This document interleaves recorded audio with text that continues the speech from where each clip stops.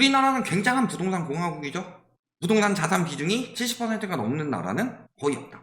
대부분 금융자산 비중이 70%, 부동산 자산 비중이 30% 정도인데 우리나라는 그게 굉장히 심한 이유가요.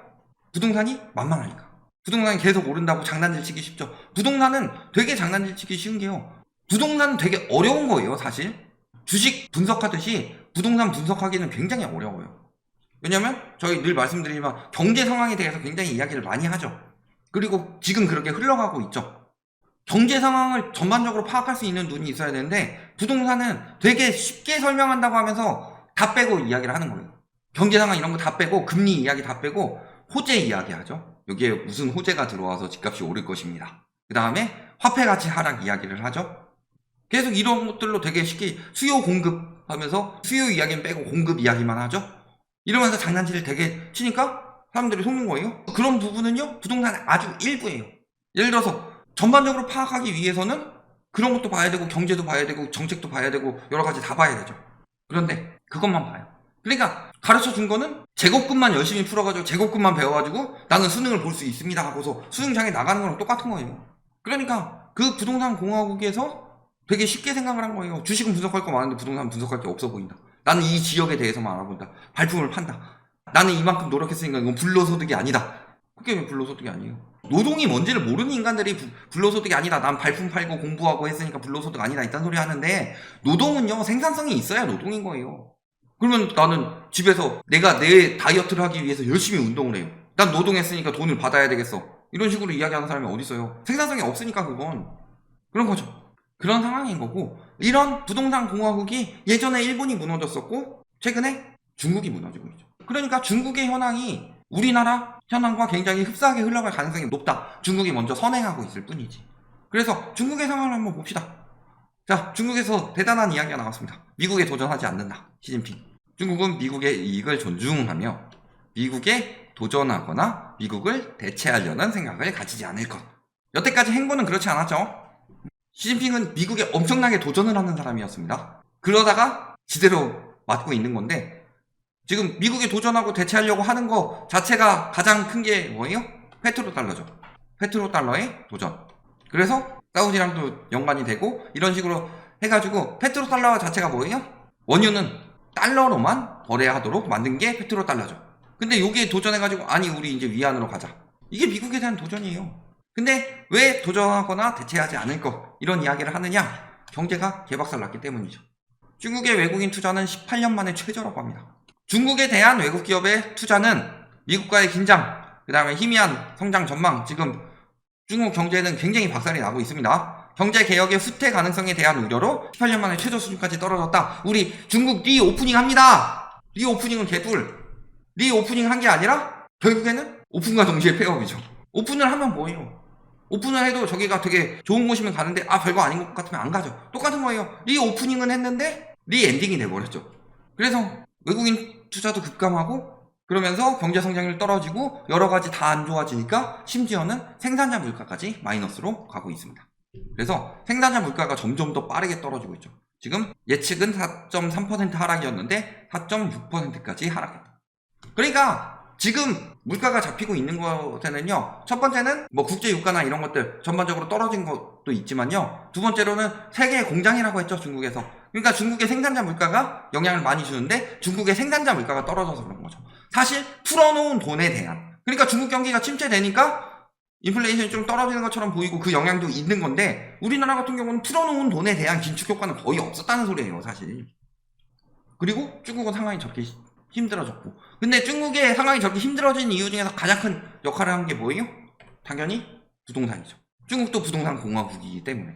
그래서 지금 대출 규제 완화 등 부동산 시장 구제에 대한 16개의 조치를 발표했다. 작년 11월. 이때도 완화하는데 안 살아났어요? 그리고 또 금리를 낮췄죠. 자, 아까 물어보셨지만 우리나라는 금리를 동결하는데 중국은 금리를 낮추고 있습니다. 금리 떨어지면 집값이 올라갈 것 같죠. 요즘에 다 그런 식으로 이야기를 하죠. 왜 금리 떨어지면 집값 올라갈 것 같이 만들어요? 금리 인상을 너무 더 많이 할 수가 없는 상황이 됐으니까 이제 좀 있으면 집값 올라간다, 요거 시장 만들려고 하는 건데, 지금 금리 떨어져서 집값 오른다는 사람들 다 옛날에 공급 이야기만 하면서 금리는 집값에 영향을 주지 못한다. 심지어 저희한테 가처분 고소하셨다가 완벽히 패배하신 그분은 금리가 올라가는 건 집값이 올라간다는 징조다. 이런 이야기까지 했었다가 요즘에 와가지고 금리 때문에 그렇고 금리 떨어지면 다시 집값 오를 것이다. 이런 식으로 말을 바꾸고 있는 건데요. 중국은 금리를 이렇게 낮추고 있어도요. 살아났다가 반짝 회복됐다가 재침체 조짐이 나오고 있다. 주택 판매액이 2달 연속 전월 대비 감소하고 부동산 경기 전망이 어두워지고 있다. 그래서 1, 4월 그러니까 1, 2, 3월까지는 잘 되고 있다가 4월부터 다시 침체되고 있다는 소리예요. 이런 거고 우리나라 역시 마찬가지죠. 우리나라도 어마어마한 규제 완화를 했습니다. 윤석열 정부가 완화한 주요 부동산 규제, 분양권 전매 제한 없애고 실거주 의무 없애려고 하고 중도금 대출 제한 늘려주고 기존 주택 처분 의무 폐지 2년 이내 처분해야 되는데 폐지한대요.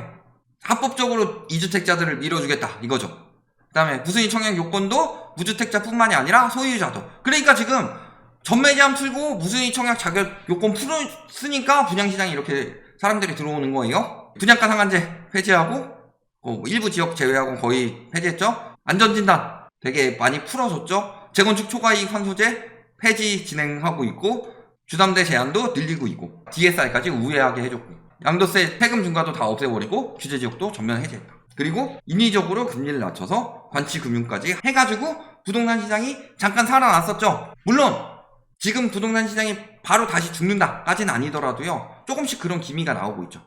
왜? 4월에 거래량이 감소했다고 합니다. 그러니까 거래량이 올라가요. 그러니까 슬금슬금 살아나나 하고 언론에서 띄워줘요. 띄워줘서 조금 더 나온 데가 있어요. 마음 급해지는 사람들, 아까 거기에 더 올려받겠다 했을 때 넘어가는 사람들, 이런 식으로 계속 진행이 되면서 가격을 호가를 확 올렸더니 거래가 안 되죠. 그래서 4월 전국 부동산 매매량은 91,669건으로 전월보다 8.4% 감소했고 아파트 거래량 역시 33,518건으로 전월 대비 3.5% 줄었다. 물론 금액은 늘어났습니다. 여기서 거래량이 줄어들고 금액이 늘었다는 소리는 사람들이 막 호가를 올렸다는 소리죠. 아니면 비싼 게 많이 거래가 됐다든가. 그런데 그것도 오래 갈 수가 없는 상황이다. 전반적으로 다시 슬금슬금 거래량 침체가 오고 있다. 왜? 비싸서 못 샀어요? 막 규제를 풀어주니까 살 수 있는 사람들이 조금 더 생겼죠? 그런 사람들 유도해가지고 어느 정도 사게 만들었죠? 그러니까 호가 올렸죠? 호가 올리면 못 사죠, 이제. 이게 답인데. 그리고 심지어 지금 한은금통위에서도 엄청난 발언을 쏟아내고 있죠. 주택시장 연착륙 목적으로 정책시장으로 가계대출이 늘어나면서 정책가격에 상충이 발생되고 있다. 가계대출이 증가로 전환된 것은 시장금리 하락 영향도 있지만 특례 보금자리론 실행의 영향이 굉장히 크다. 이런 이야기들이 나오고 있는 거. 지금 부동산빨 충격이 우리나라도 온다는 소리죠. 이게 중국처럼 올 거라는 소리예요. 그러니까 그렇게 되지 않도록 차츰차츰 디레버리징하고 감소를 시켜야 된다. 왜냐면은 우리나라도 이제 기업부채가 굉장히 위험해졌어요. 중국은 기업부채가 원래 위험했고 가계대출도 꽤나 위험하죠. 우리나라는 가계부채가 굉장히 위험합니다. 여기에 역전세까지 나고 있는데도 저런 시장 반등이 나온다고 해서 또 부채가 늘어나고 있어요. 요게 터지면 어떻게 되냐. 가계부채가 지금 감당이 안 되는 수준이에요. 감당이 안 되기 때문에 경제가 위험하든 말든 부동산에 정부가 올인하는 이유 중에 하나는요. 다른 정치적인 목적이나 이런 게 있을 수도 있겠지만 문제는 경제적 문제가 크게 터질 수밖에 없는 상황이죠. 이거를 빨리 정상화 시켜야 되고 디레버리징을 시켜야 된다고 이야기를 했고 저희도 그런 이야기를 했고 한은도 지금 그런 이야기를 지금 하고 있죠. 사실 한은은 전부터 계속 하고 싶었죠. 계속 하고 싶었는데 못했죠. 그러니까 저희가 그런 이야기도 가끔 했잖아요. 금융위원장 지금 금융당국이라고 해서 금융위원장이 하는 발언들 보면은 저 사람은 전문가 같지가 않다. 실제로 전문가도 아니고 실제로 검사 출신이시잖아요. 그러니까 사실 말도 안 되는 요구들을 굉장히 많이 하고 지금 경제와 괴리돼서 부동산 시장 붕괴하게 되면요 굉장히 크게 상처를 입죠. 지지해준 사람들에 대해서. 그러니까 거기에만 지금 정치적으로 몰고 가가지고 살리려고 하고 있는 거예요. 근데 실질적으로는 저 부분에 대해서 계속 경고를 해왔고 지금 한은이 하는 이야기가 저희가 했던 경고랑 똑같은 이야기입니다. 똑같은 이야기인데 아무래도 공직에 있고 거기다가 전임 대통령이 임명을 해놨고 그러니까 그 모가지도 좀 간당간당할 수도 있고 그러니까 그런 건데 실질적으로는 한은에서 저렇게 경고를 할 정도 그리고 많은 곳에서 또 저 부분에 대해서 경고를 굉장히 많이 했어요.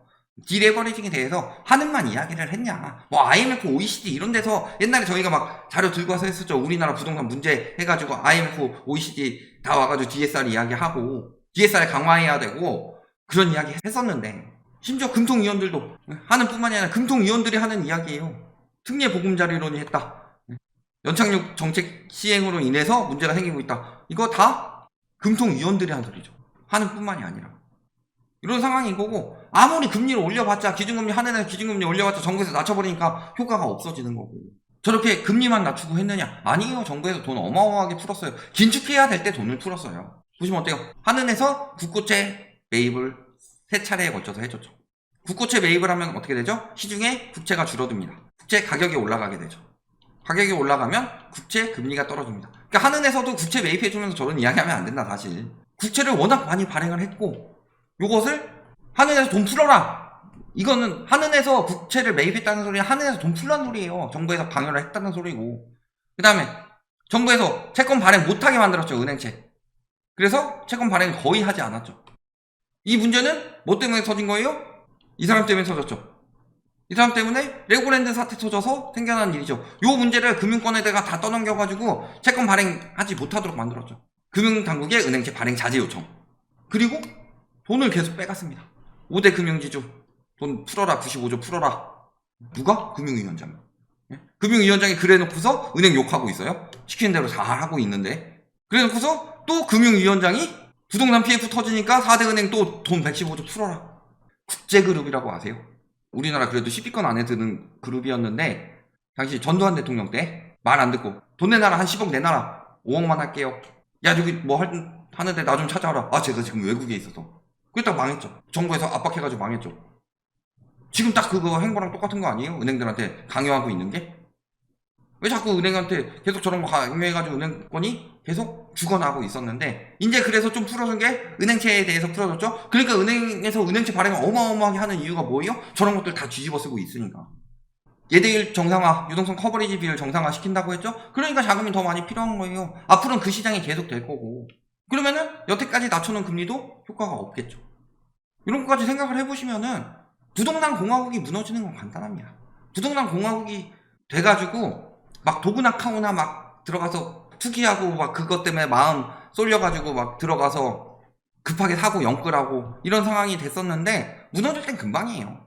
중국 보시면 답이 나온다. 금리 낮추고 규제 해제해도 효과는 반짝이로밖에 안 나온다. 저기도 잠깐 데드캣 바운스가 나왔던 거고, 데드캣 바운스라고 할 정도인지도 모르겠지만 우리나라 역시도 마찬가지고. 이런 것까지 잘 생각을 해보시면요, 우리나라 부동산 공화국이요, 중국 보면 돼요. 중국이 부동산 공화국인데 어떻게 무너지고 있는지, 아, 저렇게 해가지고 조금 잠깐 살아났구나. 아, 근데 금방 결국엔 다시 떨어지는구나. 아직도 거품이 많기 때문에. 아직도 부채가 디레버리징이 안 됐고. 우리나라는 그 길을 그대로 따라간다. 이렇게 생각하시면 됩니다.